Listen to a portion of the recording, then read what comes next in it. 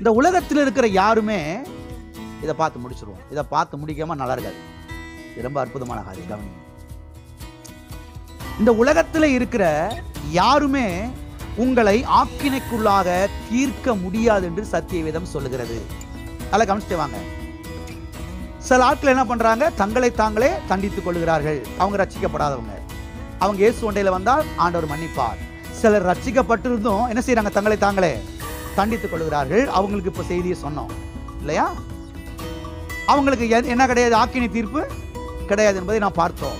இப்போ ஒரு காரியத்தை பார்க்க போறோம். இல்ல கவனிங்க, இந்த உலகத்தில் இருக்கக்கூடிய யாருமே உங்களை ஆக்கினைக்குள்ளாக என்ன செய்ய முடியாது, தீர்க்க முடியாது என்று சத்தியவேதம் சொல்லுகிறது.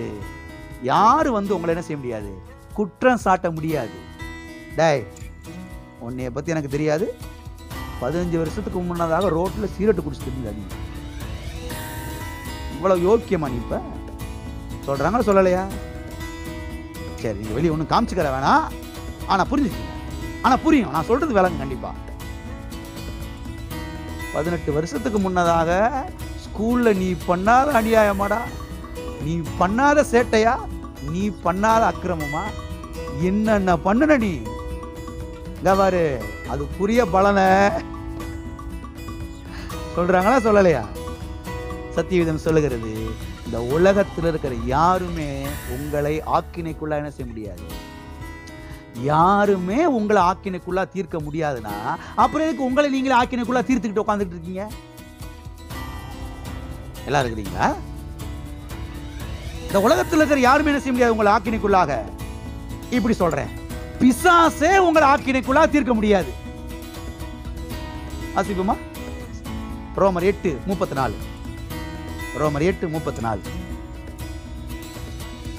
ஆக்கினைக்குள்ளாக தீர்க்கிறவன் யார்? எரும் சேருங்க, ஒரு சேருங்க, பக்கத்துல கை இப்படி சொல்லுங்க. உங்களை ஆக்கினைக்குள்ளாக தீர்க்கிறவன் யார்? கொஞ்சம் ஆக்ரோஷமா கேளுங்க. உங்களை ஆக்கினைக்குள்ளாக தீர்க்கிறவன் எவன் சொல்லுங்க பார்க்கலாம். எவன் ஆக்கினைக்குள்ளாக தீர்க்க முடியாது? ஏன்? வாசிங்க இப்ப பதில். கிறிஸ்துவே மரித்தவர், அவரே எழுந்தும் இருக்கிறவர், அவரே தேவனுடைய வலது பாரிசத்திலே இருக்கிறவர், நமக்காக வேண்டுதல் செய்கிறவரும் அவரே. இந்த நமக்காக என்ற வார்த்தை வந்திருக்காங்க.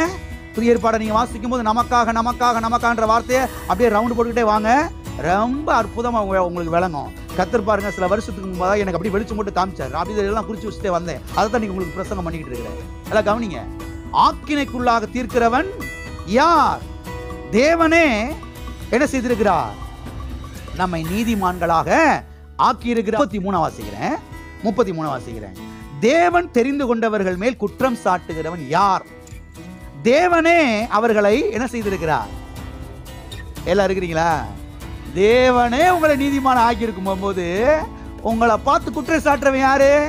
அவன் யாரு? வந்து வரிசை நிப்பாட்டுறா பார்க்கலாம் அப்படின்னு வரிசையை கொண்டு வந்து நிப்பாட்டினா வந்து நிற்கிறாங்க. ஒரு 35 பேர் வந்து நிற்கிறாங்க. டேய், நான்லாம் உங்க ஸ்கூலில் படித்தவன், உங்களோட 2வது படிச்சு நான் இருக்கா, உங்களோட 7வது படிச்சு நான் இருக்குதா, உங்களோட 12th ஸ்டாண்டர்ட் படிச்சு நான் இருக்குதா, நீ அன்னைக்கு என்ன அக்கிரமம் பண்ண, என்ன பாவம் பண்ண, சொல்லு, எல்லாத்தையும் சொல்லு, எல்லா வரிசையும் சொல்லு. சொல்லி முடிச்சிட்டியா? ஓகே. நீ சொன்ன எல்லா குற்றத்தையும் எல்லாத்துக்காகவும் இயேசு கல்வாரி சிலுவையில் தண்டிக்கப்பட்டு விட்டார். அவருடைய ரத்தத்தினால் எல்லாவற்றையும் மூடிட்டாரு, அவருடைய ரத்தத்தினால் எல்லாவற்றையும் கழுவிட்டாரு. எல்லாம் இப்ப என்ன செஞ்சிருச்சு? கேன்சல் ஆயிருச்சு. நீ சொன்ன அவ்வளவு தவறையும் இயேசு மன்னிச்சிட்டாரு. அதனால என்னை குற்றம் சாட்டுகிறவன் யார்?